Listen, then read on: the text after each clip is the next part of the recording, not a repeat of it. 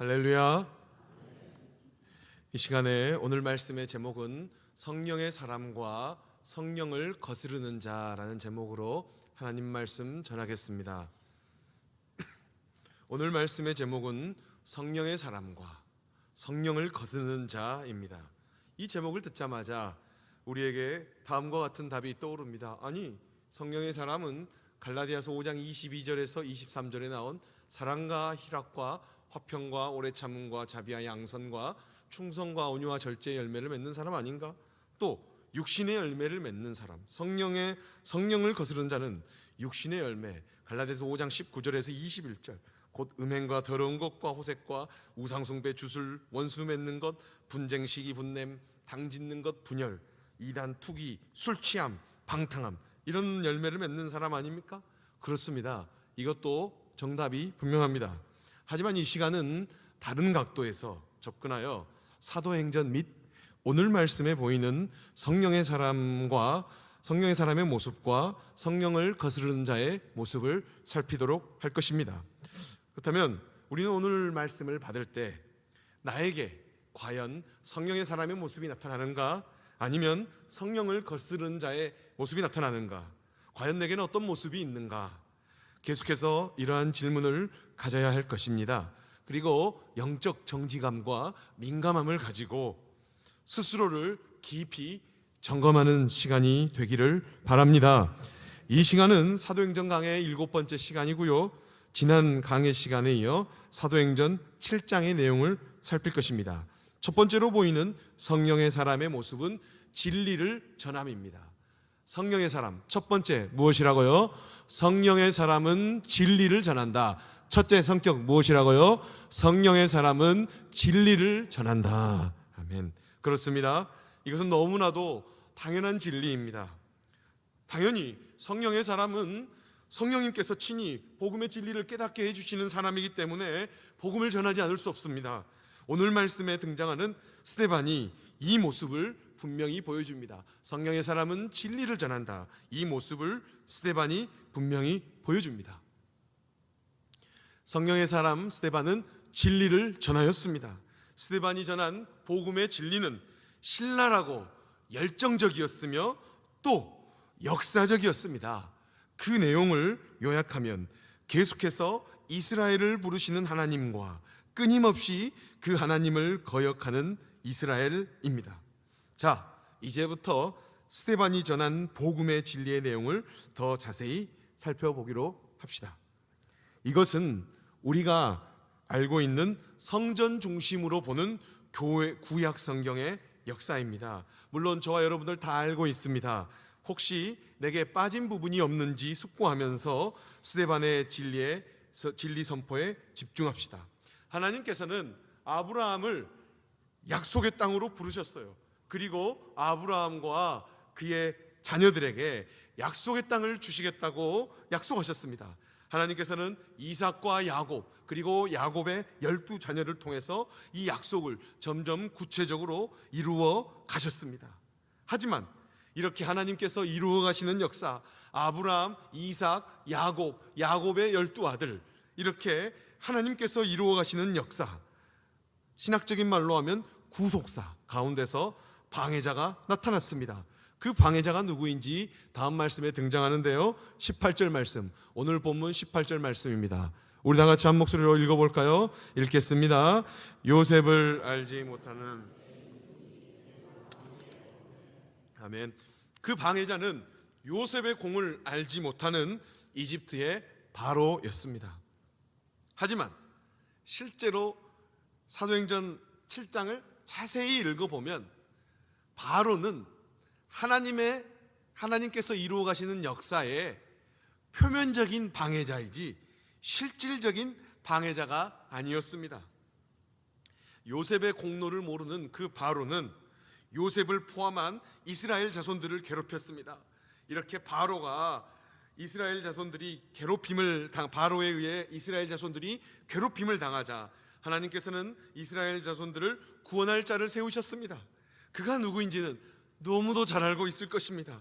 그의 이름은 다음 말씀 사도행전 7장 20절에 등장합니다. 읽어볼까요? 읽겠습니다. 그때 모세가 낳는데 하나님 보시기에 아름다운지라 그의 아버지의 집에서 아멘. 그의 이름은 바로 누구였다고요? 모세스. 바로 모세였습니다.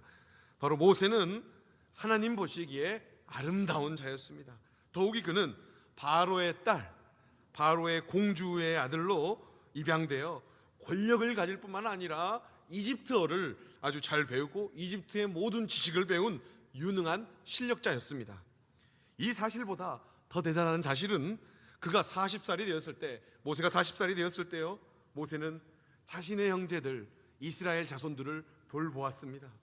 이와 같은 사실에도 불구하고 이 모세를 넘어뜨린 사람은 바로 같은 민족이었다는 것입니다.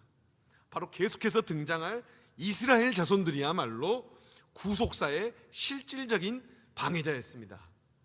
다른 게 아닙니다. 이스라엘 자손들이야말로 하나님께서 움직이는 역사, 구속사의 실질적인 방해자였습니다. 모세가 자신의 형제인 이스라엘 자손들이 이집트 사람들에게 괴롭힘을 당하고 채찍을 하고 억울하게 하고 이러니까 모세가 자신의 민족 이스라엘 자손들을 대신해서 그 사람을 몰래 죽이고 생매장하고 이런 것들을 하였습니다. 그럴 때 그를 대신해서 모세가 이스라엘 자손 한 사람이 원통한 일을 당하자 그를 대신해서 복수해 주었습니다. 하지만 이스라엘 자손들은 어리석었어요. 이들은 이 모세가 한 행동들을 그냥 사람들 앞에 알림으로 민족의 비밀 병기가 될 수 있는 모세를 도망자로 만들었기 때문입니다. 그냥 모세가 자기를 배려해서 같은 민족을 위해서 이집트 사람 죽이고 그냥 몰래 매장했으면 가만히 있지. 야, 너가 뭔데 잘난 체 하느냐? 너 어제 이집트 사람 죽인 것처럼 우리도 죽이려고 하느냐? 이렇게 말을 하니까 모세가 냅다 도망치는 것 우리가 다 알고 있잖아요. 이런데 이렇게 모세의 일을 알림으로써 민족의 비밀 병기가 될 수 있는 모세를 도망자로 만들었기 때문입니다. 이렇게 이스라엘 자손들의 고발로 모세가 도망자가 되었다고 해서 하나님께서 이루어 가시는 구속의 역사가 방해받을 수 없었습니다. 왜냐하면 하나님께서는 40년 후에 시내산에서 모세를 부르셨기 때문입니다. 그리고 더 그에게 강력한 능력을 부어주셔서 이스라엘을 구원하셨기 때문입니다. 모세는 하나님께서 너희 형제 가운데서 나와 같은 선지자를 세우리라고 말씀하신 신명기 18장 15절에 나오는 나와 같은 선지자를 세우라고 하신 말씀에 해당하는 자였으며, 광야 교회, 우리가 해운대 교회인데 광야 교회에서 바로 살아있는 하나님의 말씀을 전달하는 자였습니다. 이와 같은 사실에도 불구하고 이스라엘 자손들은 모세를 통한 하나님의 말씀을 거부하였습니다. 39절 말씀입니다. 오늘 보면 39절 말씀, 7장 39절 말씀 크게 읽겠습니다. 읽겠어요. 우리 조상들이 모세에게 복종하지 아니하고자 하여. 아멘. 광야교회에서 하나님의 말씀을 거부하는 이스라엘 자손들은 송아지를 만들어서 숭배하였습니다. 요즘에 유튜브 보면 송아지 영상 많이 나오고 양, 염소 이런 거 보이는데, 이제 저도 여러분들 앞에서 감히 나이를 많았었지만 조금은 되니까 이제 이런 순한 동물들 영상이 좋기는 해요. 어쨌든 이스라엘 자손들은 송아지를 만들어서 숭배했어요. 송아지를 만들어서. 그런데 이 송아지 형상의 우상은 이집트 사람들이 오시리스 신의 상징으로 섬기는 것이었습니다. 그리고 이스라엘 자손들은 이집트에서 노예 생활하는 동안 이 못된 짓을 배우고 나와서 하나님의 능력을 직접 경험하고 있는 광야 교회에서 송아지 형상을 만들어서 섬기는 것, 이집트에서 배운 이 못된 것을 지금 광야 교회를 다니면서 이렇게 우상을 만들어서 섬겼다는 것입니다. 이스라엘 자손들의 우상 숭배는 여기에 그치지 않았습니다. 이들은 몰록의 장막과 신 레판의 별을 만들었습니다. 즉 광야 교회에서 송아지도 섬기고 별들도 섬겼다는 것입니다. 이후 여호수아를 통하여 약속의 땅에 정착한 이스라엘 자손들은 광야 교회, 이제 즉 성막을 대신할 하나님의 집을 만들었습니다. 다윗이 간구하였고 솔로몬이 완성한 그 집 말입니다. 그렇다면 이스라엘 자손들은 이 예루살렘 성전에서, 이 하나님의 집 성전에서 하나님을 온전히 예배하고 하나님의 말씀을 순종하면서 하나님께만 영광을 돌리는 삶을 살면 되었습니다. 그런데 그렇게 하지 않았습니다. 그들은 성전은 성전이고 자신들은 철저히 우상 숭배를 했습니다. 율법을 깡그리 무시했습니다. 역사가 이렇게 요동하고 에레미야, 에스겔 선지자 간절하게 성전에 하나님의 영광이 떠날 것이다. 너희들 지금 언약궤에 하나님이 있다고 생각하지만 이 성전에 하나님이 떠날 것이다. 돌아와라, 하나님께로 돌아오라 라고 말했지만 이들은 이 경고조차 두려워하지 않았습니다. 하지만 선지자들이 예언한 바와 같이 지극히 높으신 하나님께서는 인간의 손으로 지은 성전에 갇혀 계신 분이 아니었습니다. 하나님께서는 사람을 넘어선 온 우주 만물의 창조주 아니셨습니까? 49절 말씀에 이 내용이 나와 있죠. 7장 49절 50절 말씀입니다. 한 목소리를 읽겠습니다. 주께서 이르시되 하늘은 나의 보좌요 내가 나를 위하여 무슨 집을 짓겠으며 나의 안식할 처소가 어디냐. 이 모든 것이 다 내 손으로 지은 것이 아니냐 함과 같으니라. 아멘. 스데반은 이렇게 구약 성전 중심의 구약 역사를 요약하며 유대 자유민들을 중심으로 하는 종교 지도자들에 대한 비판을 이어갔습니다. 그 내용은 너무나도 신랄했습니다. 너희들은 지금 위에 내가 설명했던 위에 나타난 너희들의 조상들과 같이 바로의 편에서 모세를 고발한 자요, 광야교회에서 우상숭배를 하는 목이 곧은 백성이요, 성전에서 우상숭배를 하는 성령을 거스르는 자이다. 너희야말로 하나님께서 주관하시는 역사, 구속사의 방해자이다 라고 말했습니다. 선지자의 외침은 더욱더 강력해졌습니다. 이어지는 말씀 사도행전 7장 52절에서 53절은 너무나 강력해서 차마 다같이 읽자고 하기에 부담스러운 정도인데요, 그래도 읽어봅시다. 51절 53절 잠도 깨야 되니까요. 크게 읽겠습니다. 시작. 너희 조상들이 선지자들의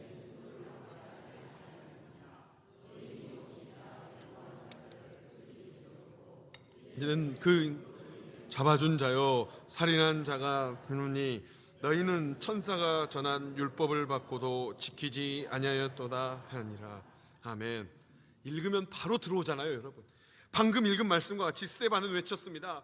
너희들 역시 너희 조상들과 같이 항상 성령을 거스르며 산다. 너희 조상들 역시 의인, 예수님이 오실 것이라고 예언한 선지자들을 박해하지 않았느냐? 너희 역시 너희 조상들과 같이 참 의인이신 예수님을 처형한 일에 동참한 자요 살인자이다. 살인한 너희들은 천사가 전한 율법을 어긴 자들이 분명하다라고 외쳤습니다. 성령의 사람 스데반은 이렇게 진리를 전하였습니다. 스데반이 전한 복음의 진리는 참으로 신랄하고 열정적이었으며 또 역사적이었습니다. 이렇게 스데반이 전한 복음의 진리를 듣고 유대 자유민들과 그들에게 매수된 회중, 공회의 사람들은 회개해야 됐습니다. 진리 앞으로 나와야 했습니다. 하지만 그들은 그렇게 하지 않았습니다. 오히려 그들은 선포된 진리 앞에 분노하였습니다. 뭐라 하노? 아니, 나를 모욕해, 내 조상을 모욕해 하면서 진리 앞에 분노했다는 것입니다.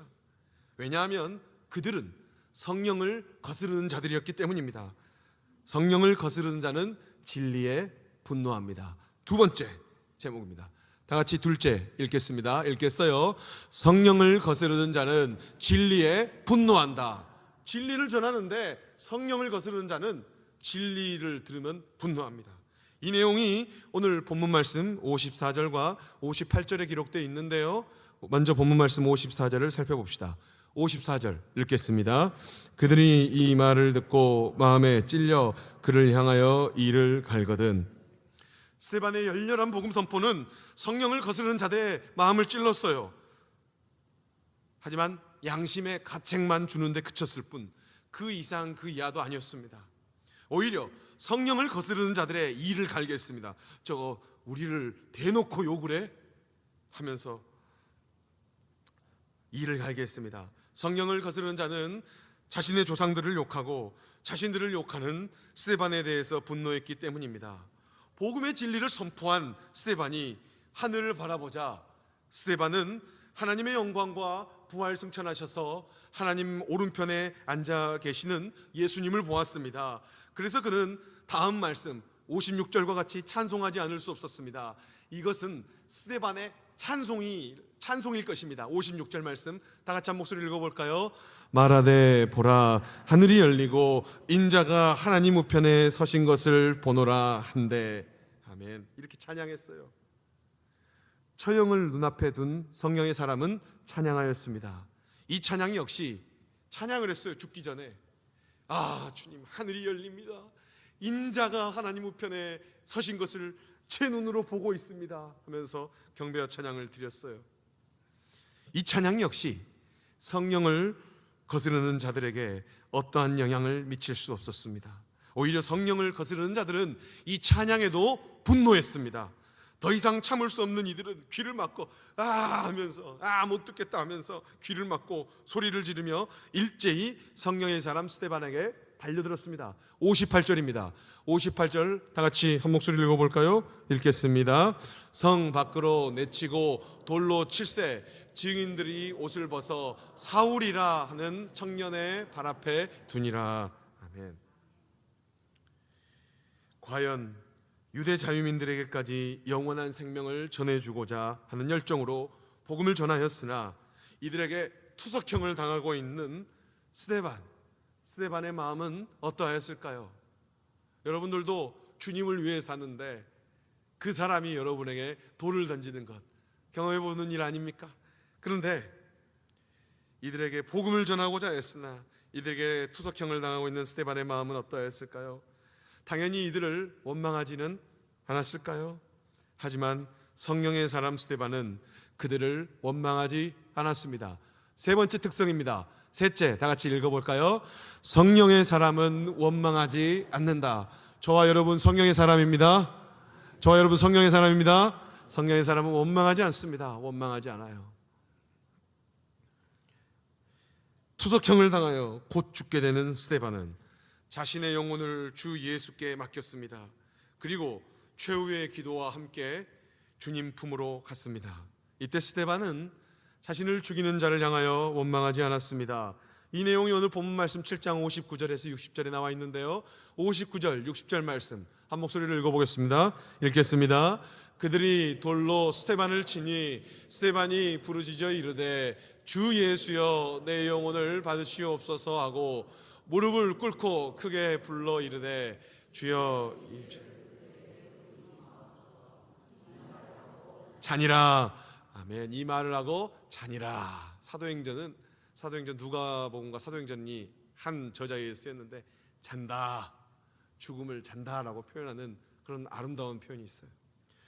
스데반의 최후의 기도, 주여 이 죄를 그들에게 돌리지 마옵소서라는 이 구절을 통하여 성령의 사람은 자신을 살해한 사람마저도 원망하지 않고 있음을 보여줍니다. 바로 이것이 우리의 구원자 예수님의 모습, 누가복음 23장 46절에 나오는 예수님의 모습 아니었습니까? 오늘 말씀 정리하겠습니다. 우리는 오늘 사도행전 강의 7번째 강의 시간을 통하여서 성령의 사람과 성령을 거스르는 자의 모습을 살피었습니다. 그것을 세 가지로 나누어서 살폈지요. 첫째 무엇입니까? 읽어보겠습니다. 성령의 사람은 진리를 전한다. 둘째, 성령을 거스르는 자는 진리에 분노한다. 셋째, 성령의 사람은 원망하지 않는다 라는 사실을 살폈습니다. 이 시간 말씀을 받는 우리 성도님들께 묻고 싶습니다. 성령의 사람은 진리를 전한다고 했는데 우리 성도님들은 전할 진리를 정말 추구하십니까? 주님, 내 속에 진리가 없습니다. 진리 되신 주님, 제게 계시의 밝은 정신을 주시옵소서 이렇게 구하고 계시는입니까? 아니면 주님, 진리에 따르는 이익을 주십시오 하면서 이익을 구하십니까? 진리를 구하십니까? 이익을 구하십니까? 두 번째, 성령을 거스르는 자는 진리에 분노한다고 했습니다. 여러분은 진리가 전해질 때 기뻐하십니까? 아니면 분노하십니까? 성령의 사람은 원망하지 않는다고 했는데 여러분은 나 자신과 다른 사람을 원망하지는 않았습니까? 이것에 대한 대답은 여러분들 마음 각각에 있을 것입니다. 아니, 정작 우리 성도님들 자신을 몰라요. 자신을 잘 몰라요. 목사님이나 그렇지. 저도 제 자신을 몰라요. 그래서 우리는 성령님께 물어봐야 됩니다. 답을 구해야 됩니다. 그리고 성령님의 음성을 좇아 살아야 합니다.